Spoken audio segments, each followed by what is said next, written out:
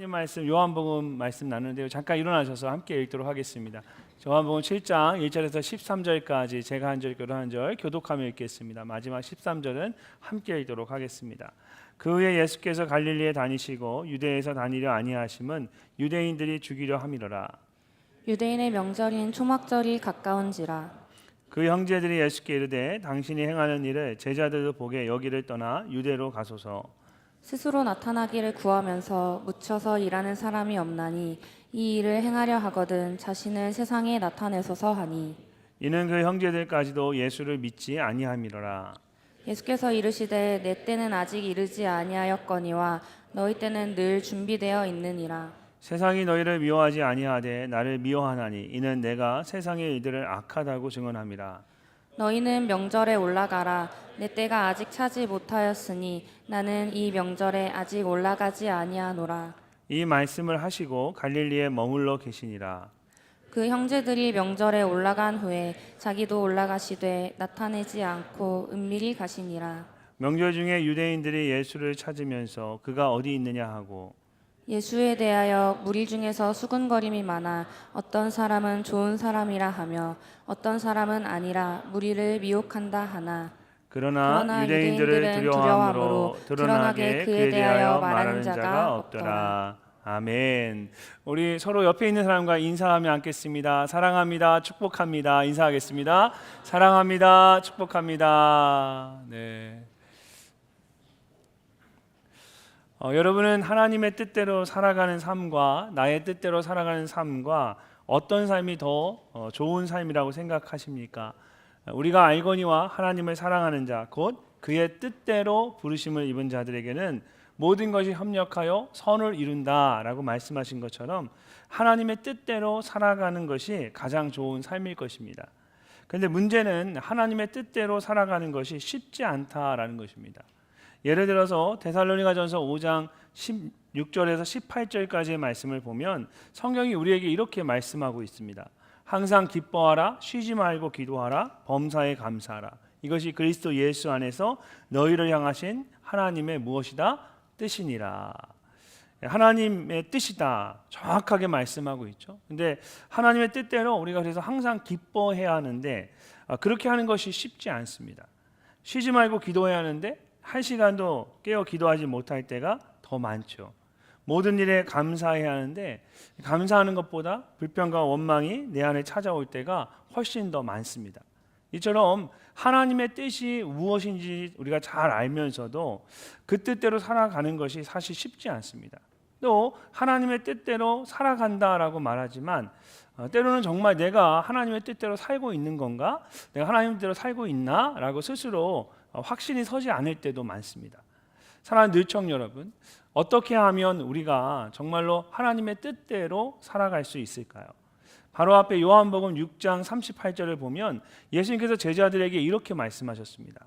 내가 하늘에서 내려온 것은 내 뜻을 행하려 함이 아니요 나를 보내신 이의 뜻, 누굽니까? 하나님의 뜻을 행하려 함이니라. 예수님께서는 자신이 하나님의 뜻을 행하기 위해서 이 땅에 오셨다라고 말씀하십니다. 그리고 실제로 이 땅에서 예수님의 삶을 보게 되면 항상 자신의 뜻이 아니라 하나님의 뜻을 따라서 행하며 사셨습니다. 마지막 십자가에 달려 죽으실 때에도 나의 원대로 마옵시고 아버지의 뜻대로 하옵소서라고 기도하시면서 끝까지 하나님의 뜻을 따라 사셨습니다. 오늘 말씀에서도 우리는 그런 예수님의 모습을 볼 수가 있습니다. 1절 말씀을 보면 그 후에 예수께서 갈릴리에서 다니시고 라는 말씀으로 오늘 본문 말씀인 요한복음 7장 말씀이 시작이 됩니다. 여기서 이 그 후에 라는 말은 직역을 하면 이 일들이 있은 후에 라고 할 수 있습니다. 그렇다면 이 일들은 어떤 것을 말하는 것일까요? 바로 앞에 5장과 6장에 나오는 오병이어의 사건이나 또 무리를 걷는 또 기적과 같은 일들을 말합니다. 또한 예수님께서 내가 곧 생명의 떡이니라 라고 말씀하신 것과 그 말씀을 듣고 많은 사람들이 예수님을 따르다가 다 떠나간 것, 이런 것들을 말하는 겁니다. 근데 이런 일들이 다 있은 후에도 예수님께서는 갈릴리를 두루 다니시며 계속해서 동일한 일들을 하셨다라는 겁니다. 요한복음은 예수님께서 구체적으로 어떤 일을 하셨는지를 말하고 있지는 않지만 다른 복음서들을 보게 되면 예수님께서 이전처럼 동일하게 갈릴리를 두루 다니면서 병든 자들을 고치시고 천국 복음을 전하셨다라고 합니다. 다만 차이가 있다면 이전에는 많은 사람들이 예수님을 따라다녔지만 이제는 몇몇 제자들만 남아서 그냥 함께 조용히 다니면서 하나님의 뜻을 따라 자신에게 맡겨진 일들을 감당하셨다라는 겁니다. 여러분, 예수님의 마음이 어떠셨을까요? 이번 한 주간 제가 말씀을 준비하면서 이 그 후에라는 이 첫 번째 나오는 가장 이 짧은 한마디 표현, 이 짧은 말씀을 가지고 이 그 후에라는 말을 가지고 제가 한참을 묵상하게 되었습니다. 여러 가지 의미들이 다 담겨 있는 것 같았어요.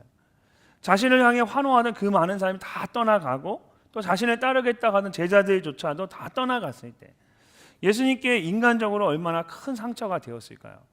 그럴 것이라고 생각을 하고 있었지만 정작 그렇게 모두 떠나고 홀로 남게 되었을 때에 예수님께 그것이 큰 아픔이 되었을 겁니다. 하나님이심에도 불구하고 우리와 같은 인간의 몸으로 이 땅에 오셨기 때문에 우리가 느끼는 감정을 다 예수님도 느끼실 수가 있습니다. 그러니까 사람들의 그런 모습을 보고 큰 상처와 낙심이 예수님 안에 있었을 겁니다. 또 어떻게 해야 하나 또 조급한 마음도 순간순간 예수님께 찾아왔을 수도 있었을 것 같아요. 그런데도 예수님께서는 하나님의 뜻대로 갈릴리를 두루 다니시면서 계속해서 모든 일을 다 감당하셨습니다. 얼마나 그렇게 하셨을까요? 앞에 6장 4절을 보면 예수님께서 처음 갈릴리에 오셔서 많은 사람들에게 말씀을 전하시고 많은 이적을 행하셨는데 그때를 마침 유대인의 명절인 유월절이 가까운지라 라고 합니다. 예수님께서 갈릴리 지역으로 오셔서 처음으로 말씀을 가르치시고 오병이와 같은 기적을 행하시고 사역을 시작하셨을 때가 유월절이 가까웠을 때였다라는 겁니다. 근데 언제까지 그렇게 사역을 갈릴리에서 쭉 하셨습니까? 오늘 본문 말씀인 2절 말씀을 보면 유대인의 명절인 초막절이 가까운지라 라고 합니다. 유월절이 가까웠을 때 갈릴리에 올라오셔서 초막절이 될 때까지 계속해서 사역을 그곳에서 하신 겁니다. 유대인의 달력으로 하면 첫째 달에 유월절을 지키고 일곱째 달에 초막절을 지킵니다. 우리가 사용하는 달력으로 말하면 오늘날 시간으로 말하면 4월과 10월을 말하는 거예요. 4월에서 7월까지 빼기 하면 몇 달입니까? 6월절에서 초막절까지 한 6개월 정도의 긴 시간이 있습니다. 예수님께서 이 시간 동안 하나님의 뜻을 따라 갈릴리에서 두루 다니면서 계속 사역을 하셨던 겁니다. 처음에는 사람들이 모여들고 따랐기 때문에 그렇게 큰 어려움이 없었을 것입니다. 근데 본격적으로 말씀을 전하시니까 사람들이 다 떠나기 시작했습니다. 그렇게 사람들의 외면과 무관심 속에서 몇몇 제자들만 데리고 두루 다니며 사역을 하신 것입니다. 사실 인간적으로 생각하면 예수님께서 이렇게까지 대접을 받으면서 이런 상황 속에서 이렇게까지 해야 할까? 그 이유가 전혀 없는 것 같습니다.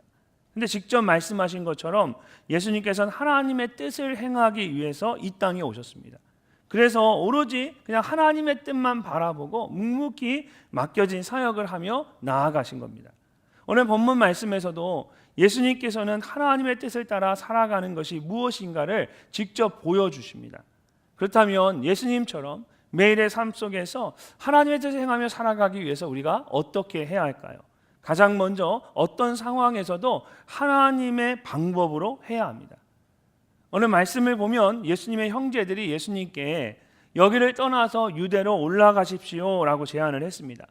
아무도 알아주지 않고 따르지 않는 이 갈릴리 지역에 있지 마시고 이제는 예루살렘으로 다시 돌아가라는 것입니다. 그러면서 4절 말씀을 보면 이렇게 말합니다. 스스로 나타나기를 구하면서 묻혀서 일하는 사람이 없나니 이 일을 행하려 하거든 자신을 세상에 나타내소서. 가족이기 때문에 예수님을 잘 안다고 생각했는지 이 형제들이 예수님께 충고를 했습니다. 세상 사람들도 어떤 일을 할 때 그것이 잘 알려지기를 바라는 마음으로 가능한 많은 사람들에게 보여지도록 한다라는 것입니다. 그러니 정말 이 일을 뭔가를 하기를 원한다면 이렇게 조용히 하지 말고 좀 더 적극적으로 사람들에게 세상 가운데 드러내라는 것입니다. 여러분이 생각하기에 어떻습니까? 굉장히 여러분 합리적이고 또 설득력 있는 말처럼 들리지 않습니까? 이왕 할 거면 알리고 드러내야지 왜 가만히 하느냐, 굉장히 현실적인 이야기를 하고 있습니다. 사람들이 요즘 시대를 자기 PR 시대라고 많이 이야기를 합니다. 근데 예전에 말하던 자기 PR과 제가 알던 그 PR과 여러분이 아는 말하는 그 자기 PR이 굉장히 다르다라는 걸 제가 알게 되었습니다.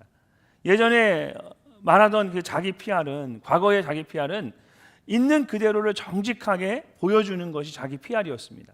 요즘 말하는 자기 PR은 피할 것은 피하고 알릴 것은 알리고, 그게 자기 PR이죠. 그러니까 적절하게 자기를 포장하고 드러내는 것이 중요하다는 거예요. 이왕 살아갈 거, 이왕 사람한테 알릴 거 좀 좋은 모습 보여주고, 안 좋은 건 좀 가리고, 이것이 세상 사람이 말하는 일반적인 성공의 비결이죠. 세상의 원리죠. 여러분, 오늘 말씀에도 예수님의 형제들이 정말 비슷한 제안을 하고 있습니다.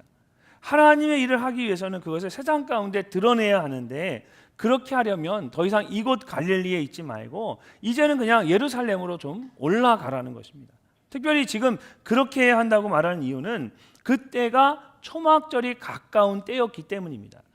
이 초막절은 무교절이라고 하는 유월절과 칠칠절과 함께 유대인들이 가장 중요하게 여기는 3대 절기 중에 하나입니다. 신명기 16장 16절을 보면 이런 절기들에 대해서 이렇게 말씀합니다. 너희 가운데 모든 남자는 1년에 3번 곧 무교절과 칠칠절과 초막절에 내 하나님 여호와께서 택하신 곳에서 여호와를 배웁되 빈손으로 여호와를 배웁지 말고. 매년 3가지 절기인 무교절과 칠칠절과 초막절이 되면 유대인 성인 남성들은 율법을 따라서 모두 하나님이 계시는 곳 예루살렘에 올라가서 절기를 지켜야만 했습니다.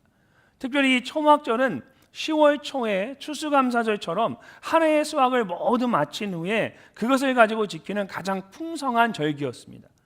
그래서 일주일 동안 초막절을 지키는데 이 기간에 예루살렘 성전을 중심으로 물의 축제와 빛의 축제라고 하는 큰 축제가 열립니다. 물의 축제는 매일 아침마다 실로암에 물을 떠서 성전 안에 있는 제단에 뿌리는 행사예요. 그럼 사람들이 일렬로 줄을 쫙 서서 실로암에서부터 행진을 합니다. 물을 떠서 쫙 행진을 하면서 성전 안에 들어가 성전 제단에 그 물을 쫙 뿌려서 성전 안을 깨끗게 하는 겁니다. 이것은 과거의 광야에서 꼭 필요한 마실 물을 공급해 주셨던 하나님의 은혜를 기억하고 감사하는 그런 행동이었습니다. 또한 빛의 축제라는 것은 매일 밤마다 성전에 있는 여인의 뜰에 등불을 환하게 밝히고 함께 춤을 추는 겁니다. 이것은 광야에 있을 때의 불기둥으로 인도하셨던 하나님의 은혜를 기억하고 감사하기 위한 것이었어요. 성전 안에 여인의 뜰에 큰 등불이 있는데 그 등불에 기름을 채우기 위해서 사다리를 놓고 걸어 올라간다고 해요. 그래서 그 기름을 큰 항아리 들고 올라가서 그 등불에 기름을 가득 부어서 불을 붙이면 그 등불이 예루살렘 전체를 쫙 비추는 거예요. 그럼 그 등불이 비춰지면 그 여인의 때 사람들이 춤을 추고 노래를 부르고 동네마다 구석구석마다 그 빛을 보면서 사람들이 다 모여서 같이 춤을 추고 축제를 벌이는 거예요. 그게 이제 빛의 축제입니다. 여러분, 앞으로 7장과 8장과 9장의 말씀을 나눌 때에 자연스럽게 우리가 보게 되겠지만 이런 초막절의 모습들이 이제 7장, 8장, 9장 이 한 묶음이 이 요한복음 말씀에 이후에는 그 말씀에 중요한 배경이 됩니다. 예를 들어서 7장 37절을 보면 예수님께서 누구든지 목마르거든 내게로 와서 마시라고 말하면서 성전에서 흘러나오는 생수의 강에 대해서 말씀하시는데, 이것은 이 초막절 기간에 실로암 물에 떠서 제단에 뿌리는 이 물의 축제를 배경으로 하고 있습니다. 그러니까 그 행렬이 지나갈 때 그 행렬을 배경으로 앞에서 예수님이 말씀하시는 거예요. 성전에서 흐르는 생수의 강에서 말하니까 사람들이 굉장히 시각적이고 확 마음에 와닿겠죠. 또 8장 12절에 보면 나는 세상의 빛이니 나를 따르는 자는 어둠에 다니지 아니하고 생명의 빛을 얻으리라고 말씀하시는데, 이것은 초막절에 해지던 빛의 축제를 생각하며 말씀하신 겁니다. 그냥 예수님께서 그냥 말씀한 게 아니라 이 초막절 기간에 예루살렘에서 빛의 축제가 이루어지는 걸 아니까 그 빛의 축제를 벌이는 그 중간에 예수님이 일부러 빛에 대해서 말씀을 하신 거예요. 또 9장을 보면 맹인이 눈을 뜨고 빛을 보는 장면이 나오는데 이것도 초막절과 빛의 축제를 배경으로 하고 있습니다.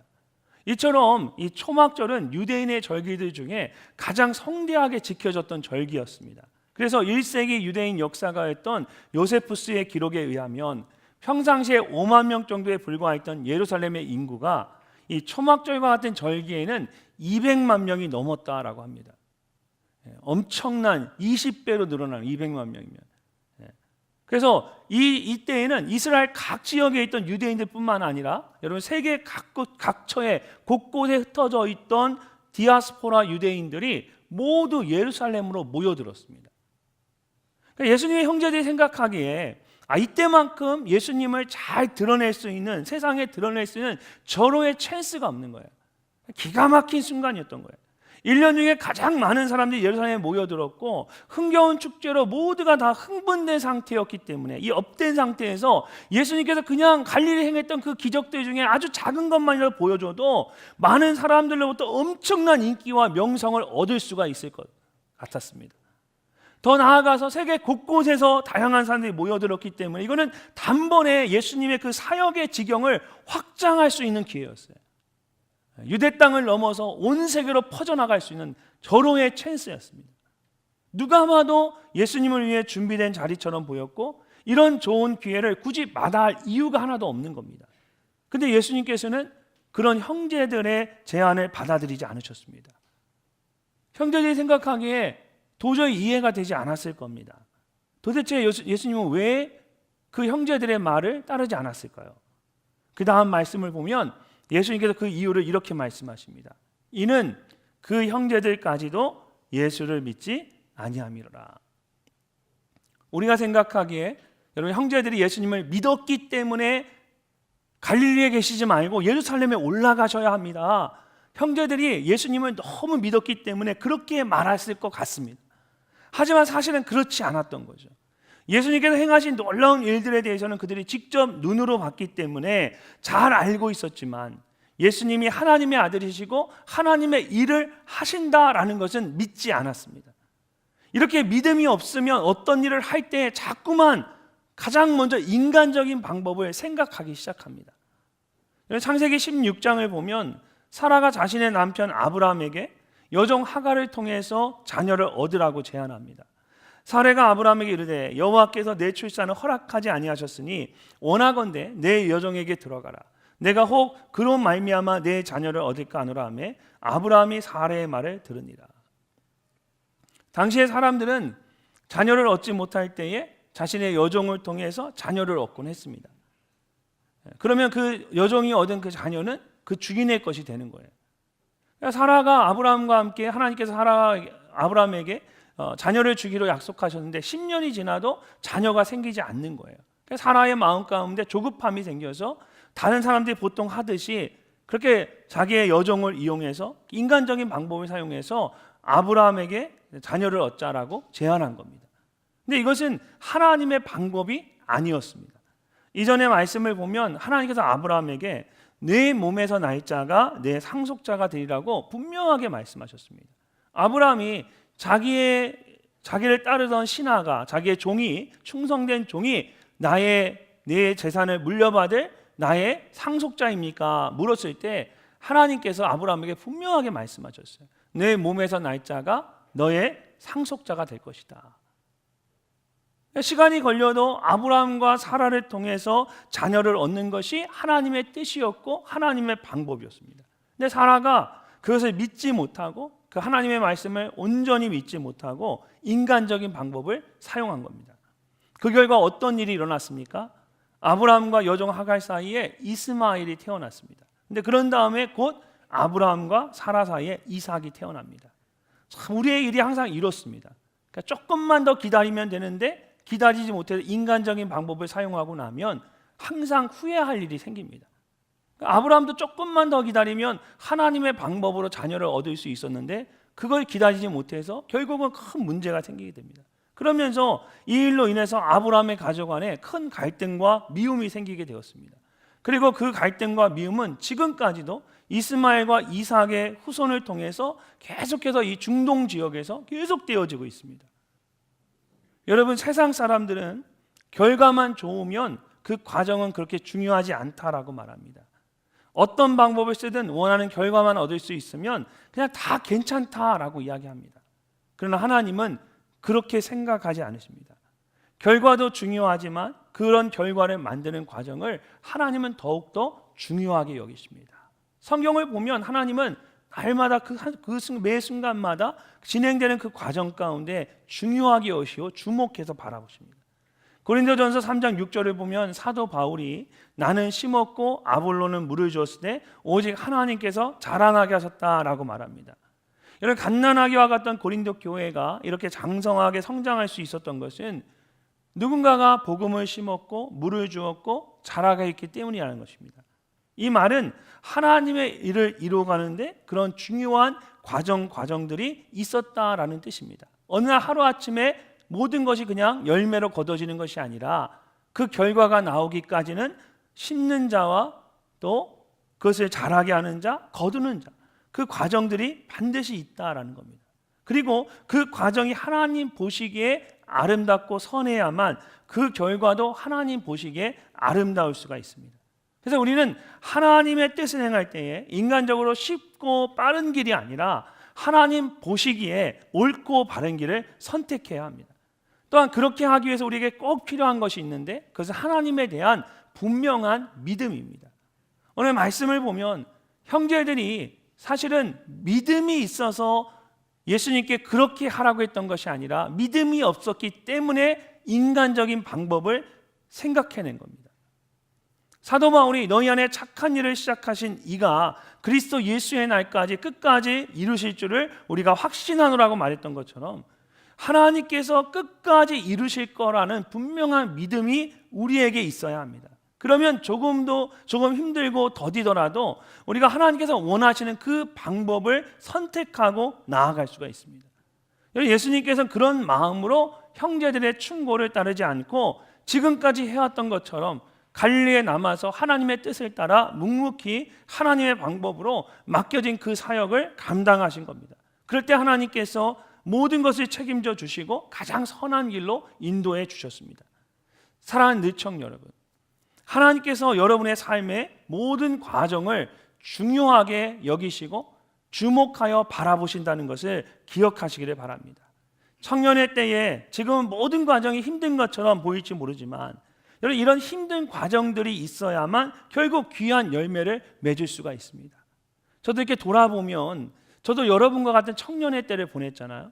또 미국에 유학을 가서 미국에서 목회하면서 사실 정말 짧은 기간에 많은 일들이 내 삶 가운데 있었던 것 같아요. 근데 그 과정들 가운데 하나도 그냥 버리고 그냥 흘려보낼 일이 하나도 없는 거예요. 그때는 몰랐는데 지나 보니까 모든 과정이 하나님께서 제게 준비한 과정들이었어요.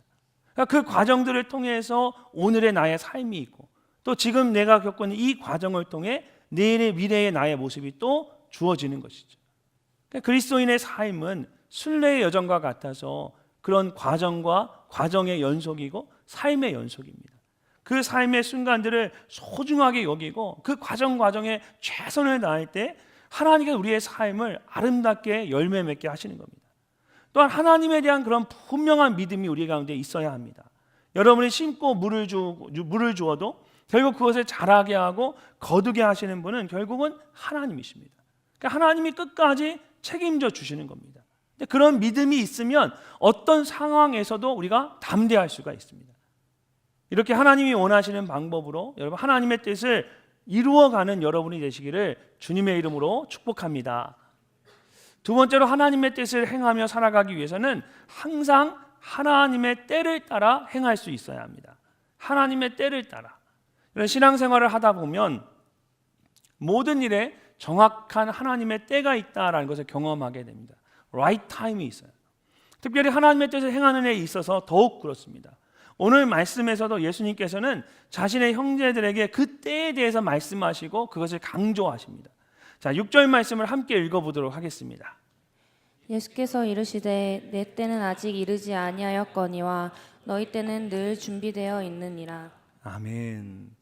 여러분 말씀을 보시면 어떻습니까? 예수님께서 내 때와 너희의 때를 이렇게 대조해서 말씀하고 있는 걸 볼 수 있죠. 그렇다면 예수님께서 말씀하시는 내 때와 너희의 때는 어떻게 다른 것일까요?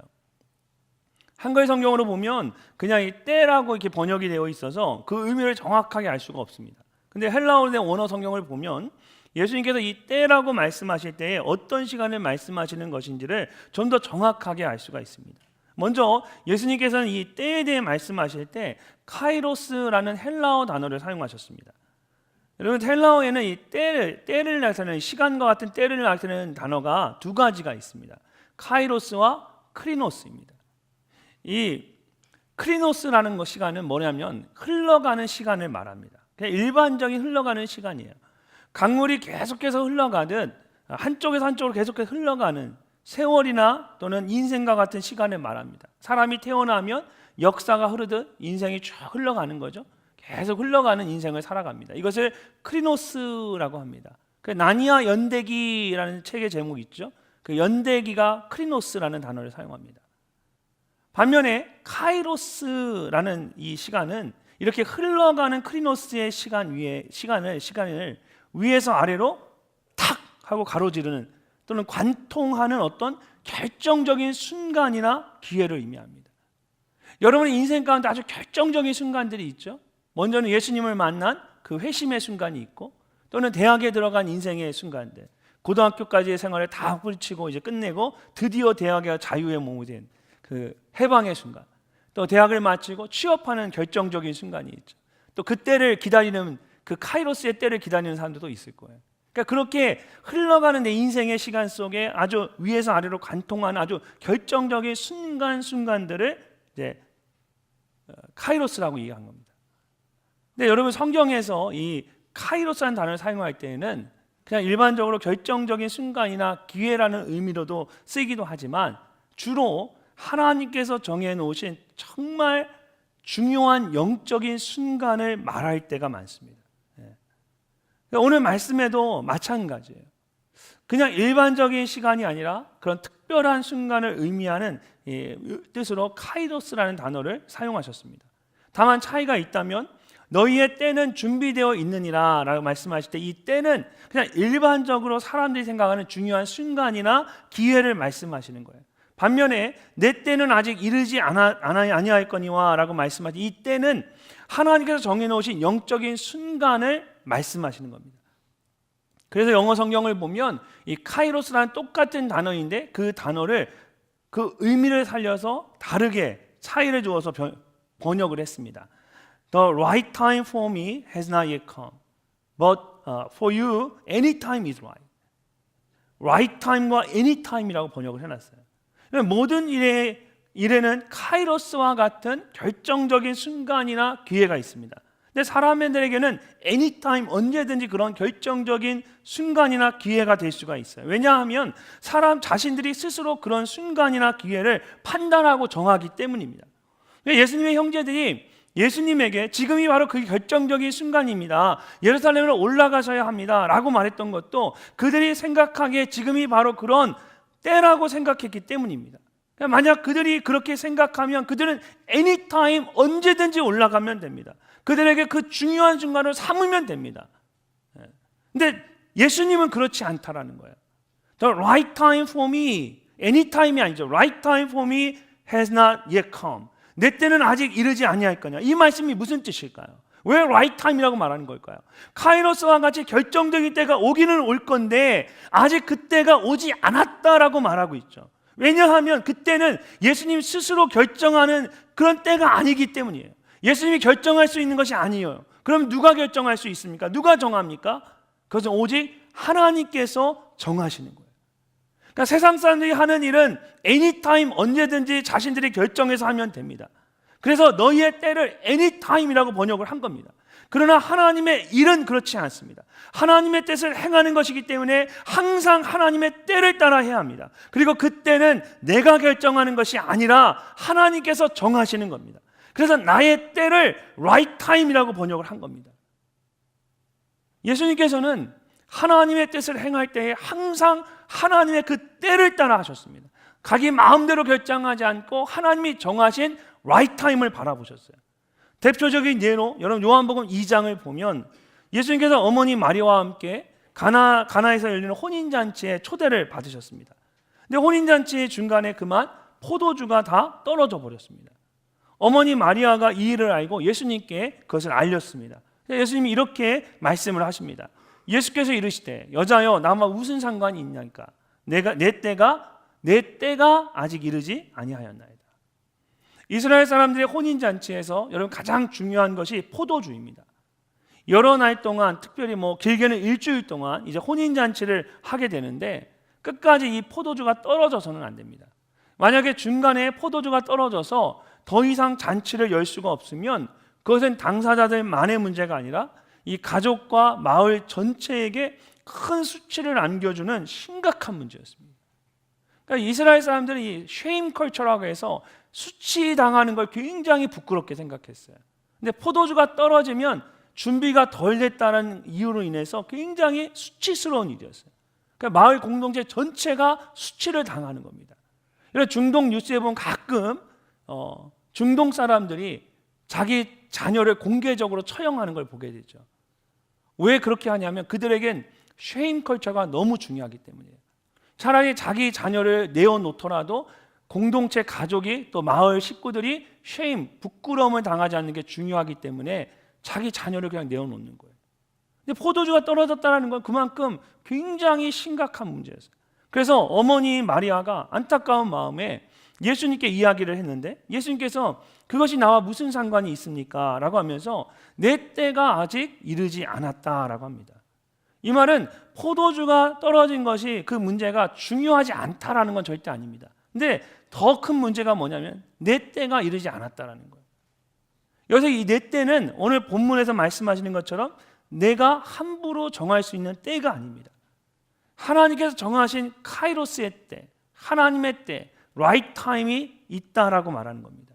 근데 그 타임이 아직 이르지 않은 거예요. 예수님께서 이렇게 항상 여러분 하나님의 때를 늘 염두하며 하셨습니다. 그래서 요한복음 말씀을 보면 이 때에 대한 말씀이 계속해서 나옵니다. 그들이 예수를 잡고자 하나 손을 대는 자가 없으니 이는 그의 때가 아직 이르지 아니하였습니다. 이 말씀은 성전에서 가르칠 때 헌금함 앞에서 하셨으나 잡는 사람이 없으니 이는 그의 때가 아직 이르지 아니하였습니다. 그러니까 예수님께서 자기 마음대로 그냥 막 하신 것이 아니었던 거죠. 하나님의 뜻을 행하면서도 항상 예수님은 하나님의 때를 염두에 두고 서두르지 않으셨습니다. 근데 그러다가 요한복음 12장에 가면 갑자기 예수님께서 때가 왔다라고 말합니다. 예수께서 대답하여 이르시되 인자가 영광을 얻을 때가 왔도다. 지금 내 마음이 괴로우니 무슨 말을 하리요? 아버지여 나를 구원하여 이 때를 면하게 하여 주옵소서. 그러나 내가 이를 위하여 이 때에 왔나이다. 하나님께서 정하신 그 때가 드디어 다가온 겁니다. 그러면서 제자들에게 예수님이 요한복음 12장을 보면 갑자기 예수님이 제자들에게 일어나 나와 함께 가자라고 말씀하시면서 예루살렘으로 들어가십니다. 그때가 이제 마지막 6월절 기간에 보내러 가시는 거예요. 그러면 예수님께서 계속해서 말씀하고 계시는 이 나의 때, 요한복음이 말하는 하나님의 때는 정확히 어떤 때를 말하는 걸까요?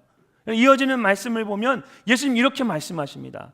6월절 전에 예수께서 자기가 세상을 떠나 아버지께로 돌아가실 때가 이른 줄 아시고 내 때가 어떤 때입니까? 6월절에 내가 죽어야 할 아버지께로 돌아갈 그 때가 그 내 때라고 말씀하고 있죠. 그리고는 마지막에 십자가에 달려 죽으실 때 이렇게 말씀하십니다. 예수께서 이 말씀을 하시고 눈을 들어 하늘을 우러러 이르시되 아버지여 때가 이르렀사오니 아들을 영화롭게 하사 아들로 아버지를 영화롭게 하게 하옵소서. 예수님께서 말씀하시는 나의 때는 여러분 정확하게 말하면 뭡니까? 십자가에 죽으시는 때를 말합니다. 하나님께서 예수님을 이 땅에 보내신 이유는 모든 사람들의 죄를 대신해서 십자가에 죽게 하기 위해서였습니다. 예수님께서 그런 하나님의 뜻을 아시고 하나님께서 정하신 그 때를 향해 나아가신 겁니다. 그 때를 기다리셨고 이제 그 때가 임했을 때 그 때를 향해 예수님은 나아가셨어요. 오늘 말씀에서도 너희 때는 늘 준비되어 있다라는 말씀은 너희는 언제든지 원하면 예루살렘에 올라갈 수 있다라는 뜻입니다. 그러나 내 때는 아직 이르지 아니했다라는 말씀은 내가 예루살렘에 올라가는 것은 그냥 아무 때나 가는 것이 아니라 내가 올라갈 때에는 하나님께서 정하신 그 때에 십자가를 지기에 올라가야 한다. 근데 그 때가 아직 이르지 않았다라는 겁니다. 제자는 그냥 초막절이 되었으니 빨리 올라가자고 이야기했는데 예수님은 그냥 초막절에 올라가는 것 하나를 이야기하는 것이 아니라 예수님은 하나님의 때를 보고 계시는 거예요. 이후에 말씀을 보면 예수님이 조용히 초막절을 명절을 지키기 위해서 예루살렘에 올라가십니다. 그러니까 예수님께서 내가 내 때가 아니다라는 말씀은 그냥 단순히 초막절을 말씀하시는 것이 아니라 하나님이 정하신 그 때가 내게 아직 임하지 않았다라고 말씀하시는 거예요. 그런 예수님의 마음을 알고 여러분 이 말씀을 읽으면 예수님께 정말 이런 의미로 예수님이 무엇을 중요하게 여기시고 있는지, 무엇을 생각하고 있는지를 우리가 알 수가 있습니다. 이처럼 하나님의 뜻을 이루는 일에는 하나님께서 정하신 분명한 때가 있습니다. 우리는 그것을 믿고 기다리면 반드시 정확한 하나님의 때가 우리의 인생 가운데 찾아오게 됩니다. 그럴 때 여러분 신앙은 마치 영적인 파도 타기와 같아서 하나님의 때가 내게 임할 때 그 때를 잘 타고 나아가면 오히려 더 힘있게 나아갈 수가 있습니다. 평생 힘겨운 가난 속에서 고생하며 살아온 한 청년이 있었습니다. 가난한 집안에 태어나서 마음껏 배우지도 못했고 굉장히 연약한 삶을 살았어요. 어려서부터 먹지 못하고 배우지 못해서 정말 힘들게 어렵게 자란 한 청년이 있었습니다. 집집마다 돌아다니면서 물건을 파는 일을 하고 있었는데 어느 날 여느 때와 같이 물건을 팔기 위해서 방문한 한 노인의 집에서 그 집 거실에 걸려있는 그림 하나를 보고 큰 충격을 받게 됩니다. 특별히 유명한 화가가 그린 그림도 아니었고요, 오래된 값비싼 그림도 아니었습니다. 그렇다고 화려한 또 아름다움이 있는 감동을 주는 그런 그림도 아니었습니다. 화면에 보이는 것처럼 그냥 썰물로 바닥이 드러난 쓸쓸한 해변에 이 초라한 나룻배 한 척이 쓰러지듯 놓여있는 모습이 그려진 어딘지 좀 우울한 기분마저 느끼게 하는 그냥 그런 그림이었어요. 눈에 띄지 않는 그냥 그런 그림이었어요. 근데 그 그림 밑에 이런 글귀가 적혀 있었던 겁니다. 반드시 민물 때는 온다. 바로 그날 나는 바다로 나아갈 것이다. 반드시 민물의 때가 온다. 그림과 그 글의 깊은 감동을 받은 이 청년은 집에 돌아와서도 그 그림이 계속해서 생각이 나서 잠을 잘 수가 없었습니다. 그래서 다시 그 노인을 찾아가서 그 그림을 달라고 간곡히 부탁을 했습니다. 청년의 부탁에 노인은 결국 그 그림을 청년에게 건네주고 청년은 그 그림을 보면서 반드시 내 인생 가운데 민물의 때가 찾아올 것이다 라는 믿음을 가지고 힘을 내어서 열심히 살아가기 시작했습니다. 그 청년이 바로 미국의 유명한 강철왕 앤드류 카네기입니다. 이 앤드류 카네기가 얼마나 대단한 사람인지 여러분 아시나요? 19세기, 20세기 미국의 경제를 이끌었던 가장 큰 경제를 일으켰던 위대한 사람이에요. 미국 사람이 존경하는 인물이죠. 이렇게 모든 물이 빠져나가서 아무것도 할 수 없는 썰물의 때가 있는가 하면 여러분 다시 물이 들어와서 바다를 향해 나아갈 수 있는 민물의 때가 있는 것처럼 우리의 인생 가운데도 하나님께서 우리에게 하늘의 문을 활짝 여시고 은혜를 부어주시는 그런 영적인 때가 있습니다.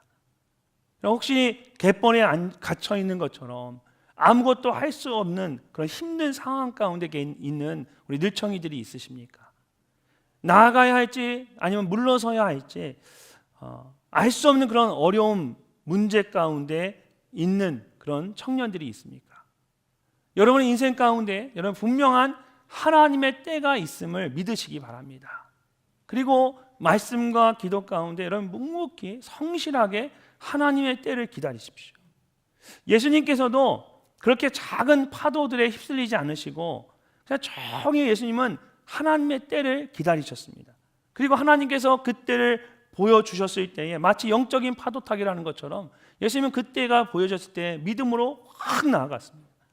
예수님처럼 하나님의 때를 따라서 여러분 하나님의 뜻을 온전히 이루어드리는 우리 늘청이들이 되시기를 주님의 이름으로 축복합니다. 아마 여러분의 삶 속에도 매 순간 하나님의 뜻대로 살아가기 위해서 결단해야 할 일들이 많이 있을 겁니다. 근데 저는 교회를 이끌어가는 이제 목회를 하다 보니까 그런 일들이 이제 더 많을 수밖에 없겠죠. 어떻게 해야 할지 쉽게 결정을 내릴 수 있는 작은 그런 일들도 많이 있지만 때로는 정말 결정하기 힘든 그런 큰 일들, 어떤 결정을 내릴 때 이 결정이 많은 사람에게 영향을 미치기도 하고 또 중요한 결정들이 될 때도 있습니다. 그런 결정을 내려야 하는 그런 순간들이 있어요. 그러면 제가 이렇게 밤에 자다가도 또 눈을 뜨면 잠이 안 와요. 머리가 다시 선명해져 가지고 생각하느라고 잠을 못 잘 때가 있어요. 얼마 전에도 제가 깊이 고민하고 기도해야 하는 그런 중요한 일이 저에게 하나 있었습니다. 이거는 많은 사람들과 관련된 그런 큰 일은 아니었지만 때로는 이제 큰 일은 아니어도 영적으로 굉장히 중요한 일이 있어요. 그래서 하나님의 뜻을 잘 구별해야 하는 그런 중요한 일이 저에게 하나가 있었습니다.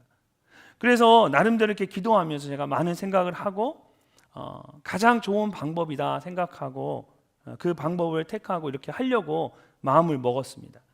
그 결정을 하고 이제 서둘러 이 일을 이제 진행하려고 하는데, 근데 자꾸 주님께서 제 마음을 이렇게 두드리시는 거예요. 마음을 이렇게 불편하게 만드시고 또 마음을 이렇게 붙잡으시는 느낌이 드는 거예요. 그러니까 사람들과 환경을 통해서 저에게 자꾸 뭔가를 말씀하시려 한다라는 생각을 갖게 되었어요. 그래서 생각했던 준비했던 방법과 계획을 이렇게 잠시 내려놓고 좀 더 기도하면서 주님의 뜻을, 하나님의 뜻을 다시 한번 묻기로 마음을 먹었습니다. 그랬더니 주님께서 전혀 다른 마음을 저에게 어느 순간 이렇게 부어주셨어요.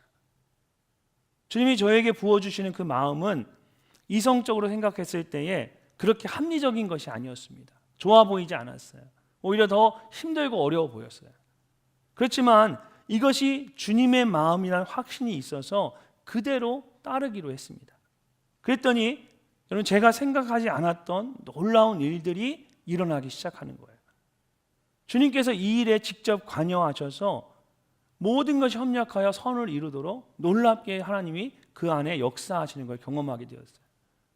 이 일에 관련되어 있는 분들뿐만 아니라 이 일을 위해서 함께 기도하던 분들이 모두 하나님의 그런 일하심에 감동을 받고 큰 은혜를 경험하게 되었어요. 그러면서 그분들이 저에게 그러시는 거예요. 최근에 목사님 참 훌륭하신 것 같아요. 어떻게 그렇게 목사님 그런 생각을 하실 수가 있으셨어요. 그러면서 저에게 너무 감사하다고, 목사님 그렇게 결정해 주시고 그렇게 해주셔서 너무 감사하다고 주변에 계신 분들이 저에게 감사 인사를 하고 고맙다는 말을 하는 거예요. 근데 여러분, 근데 남들은 몰라도 저는 제가 사실 어떤 마음과 어떤 생각을 가졌었는지를 잘 알잖아요. 그렇죠? 하나님의 뜻대로 해야 하는 걸 알면서도 또 그렇게 한다고 생각했지만 저는 조금 서둘러서 빨리 해결하고 싶었어요. 오늘 말씀에 나오는 예수님의 형제들처럼 사실 믿음이 부족한 모습이 저에게 있었던 거죠. 그래서 좀 인간적으로 또 합리적으로 조금 서둘러서 그 문제를 해결하고 싶었거든요. 근데 하나님께서 저에게 감동을 주시고 제 마음을 이렇게 인도해 주시고 붙잡아 주셔서 그런 결정의 순간순간을 그냥 넘어가게 하시고 결국은 하나님의 뜻대로 하나님의 방법으로 차분하게 이 일을 해결하게 하셔서 오히려 놀라운 일들을 경험하게 한 거예요. 그러니까 사람들이 저에게 고맙다, 칭찬하고 저에게 좋은 말을 들을 때 저는 제 스스로 제 자신이 너무 부끄러운 거예요. 내 마음이 처음에 그런 것이 아니었는데. 그러면서 또 한편으로는 하나님께 너무 감사한 거예요. 내가 처음 생각했던 것처럼 그 방법대로 그렇게 했다면 그 일을, 그 문제를 잘 해결할 수는 있었겠지만 그 일로 인해 누군가는 힘들어했을 거고 그 일로 인해 하나님의 일하심을 우리는 보지는 못했을 거예요. 근데 하나님께서 내가 부족함을 아시는데 그런 나를 하나님께서 붙잡아 주셔서 하나님의 일하심을 보게 했고 내가 생각하지 못했던 많은 놀라운 은혜들을 더 많은 사람들이 경험하도록 해주신 거예요. 그 하나님이 너무 감사한 거예요. 일을 겪으면서 하나님의 뜻대로 살아가는 게 어떤 걸까 생각해 봤을 때 내 안에 있는 의지와 능력이나 노력으로는 내가 하나님의 뜻대로 살아갈 수 없구나. 하나님의 뜻이 항상 기뻐하는 걸 알면서도 기뻐하지 못하는 게 나고 내 이웃을 내 몸과 같이 사랑하는 게 하나님의 뜻인지 알면서도 나와 가장 가까이 있는 내 가족조차도 온전히 사랑하지 못하는 게 나고 용서해야 하는 것도 아는데 용서하신 것처럼 용서해야 하는 거 아는데 용서되지 않는 게 나잖아요. 하나님의 뜻대로 살아가는 걸 알면서도 우리는 하나님의 뜻대로 살아갈 수 있는 능력이 우리에게 너무나 부족한 거예요. 근데 주님이 그런 내게 하나님의 뜻대로 살 수 있도록 도와주시는 걸 경험한 거예요. 믿음을 가지고 서두르지 않고 하나님의 방법으로 하려 하니까 결국은 하나님이 내 안에 역사하시더라고요. 여러분, 혹시 여러분도 저와 같이 중요한 일을 놓고 하나님의 뜻을 구하고 계십니까? 하나님의 뜻대로 살아간다는 것은 우리의 의지나 노력만으로 될 수 있는 일이 절대로 아닙니다. 예수님의 형제들처럼 인간적이고 급한 마음이 솔직히 저와 여러분에도 너무나 많지 않습니까? 그것이 형제들만의 문제입니까? 우리 모두의 문제이잖아요. 그런 내가 하나님의 뜻대로 살아가기 위해서는 내 안에 주님의 마음이 가득 부어져야 합니다. 결국 주님의 뜻을 행하게 하는 것은 나의 의지나 노력이 아니라 내 안에 계시는 주님의 마음이기 때문입니다. 그럴 때 인간적으로 서두르지 않고 주님의 뜻을 온전히 우리가 행할 수가 있습니다. 사랑하는 늘청 여러분, 오늘도 주님의 마음으로 여러분의 마음을 가득 채우십시오. 나의 인간적인 방법과 생각을 내려놓고, 여러분 조급한 마음도 조금 내려놓고 오직 주님의 마음으로 여러분의 마음을 한번 가득 채워보십시오. 그러면 주님께서 모든 것이 협력하여 선을 이루는 것이 무엇인지를 여러분으로 하여금 경험하게 하실 겁니다. 그렇게 하나님의 뜻을 행하며 살아가는 우리 늘청이들이 되시기를 주님의 이름으로 축복합니다. 이 시간 함께 찬양할 때 주님, 주님의 마음을 내게 부어주시옵소서.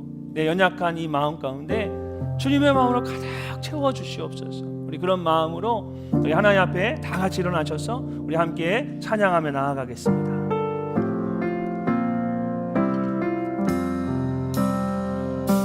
오소서 주님, 나의 마음을 선한 것 하나 없습니다. 그러나 내 모든 것 주께 드립니다. 사랑으로 안으시고 날 새롭게 하소서. 다시 한번 보소서 주님, 보소서 주님, 나의 마음을 선한 것 하나 없습니다. 선한 것 하나 없습니다. 그러나 내 모든 것 주께 드리오니, 그러나 내 모든 것 주께 드립니다. 사랑으로 안으시고 날 새롭게 하소서. 주님 마음 내게 주소서. 내 아버지 주님 마음 내게 주소서. 나를 향하신 주님의 뜻이 이루어지도록 주님 마음 내게 주소서. 보소서 주님, 보소서 주님, 나의 마음을 선한 것 하나 없습니다. 선한 것 하나 없습니다. 그러나 내 모든 것 주께 드립니다. 그러나 내 모든 것 주께 드립니다. 사랑으로 안으시고 날 새롭게 하소서. 주님 마음 내게 주소서. 주님 마음 내게 주소서. 내 아버지 주님 마음 내게 주소서. 나를 향하신 주님의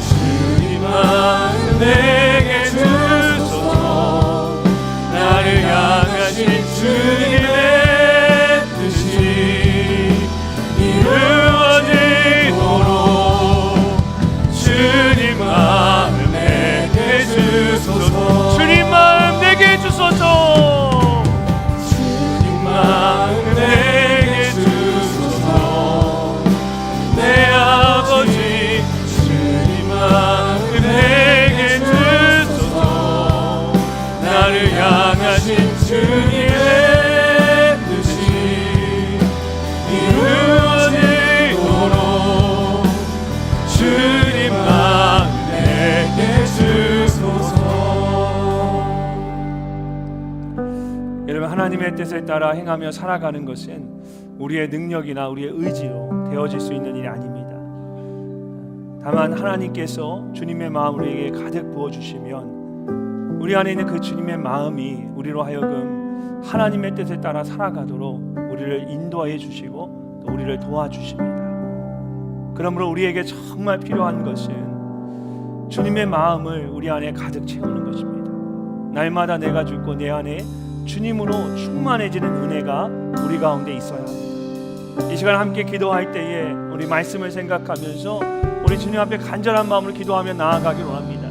주님, 주님의 마음을 내게 부어 주시옵소서. 주의 성령으로 충만하게 하여 주시고 주님의 마음을 깨달아 알게 하여 주셔서 주님의 뜻을 이루며 살아가는 믿음의 삶을 살게 하여 주시옵소서. 우리 주님의 이름 크게 한번 부르고 함께 기도하며 나아가겠습니다. 주여!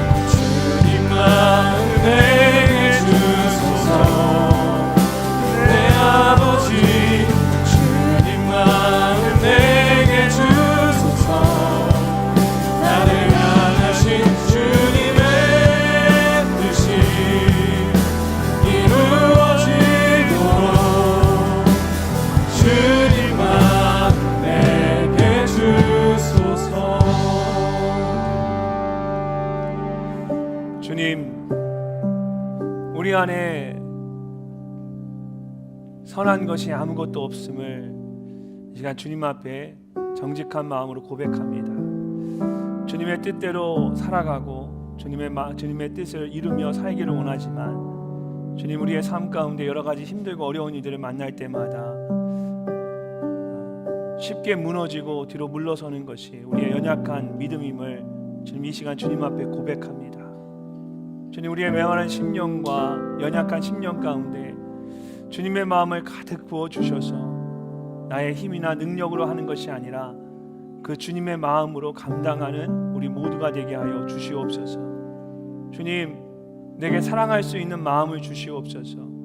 내게 용서할 수 있는 마음을 허락하여 주시옵소서. 주님의 뜻을 따라 나와 가장 가까이 있는 나의 가족과 나의 이웃을 사랑하고 용서하는 삶을 살아가는 우리 늘청이들이 되게 하여 주시옵소서.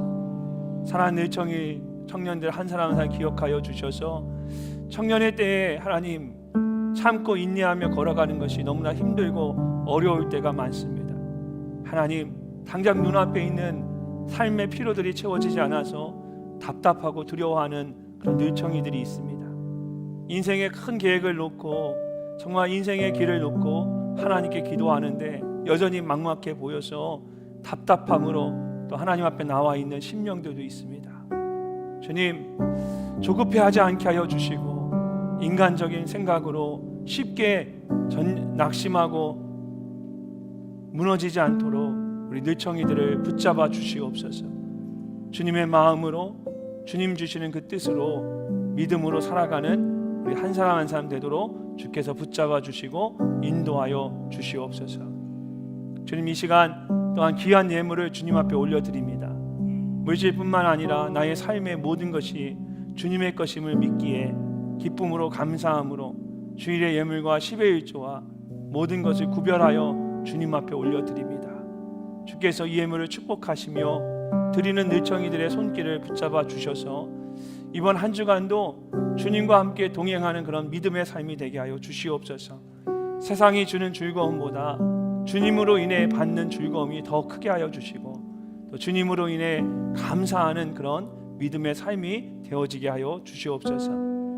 이제는 우리 주 예수 그리스도의 은혜와 하나님 아버지 크신하신 사랑과 성령님의 감동 감화 내주 충만하심이 하나님의 뜻을 따라 행하며 살아가기를 결단하는 우리 사랑하는 늘청의 모든 청년들과 각자의 삶과 삶의 자리 가운데 지금부터 영원토록 함께 하시기를 간절히 축원하옵나이다. 아멘.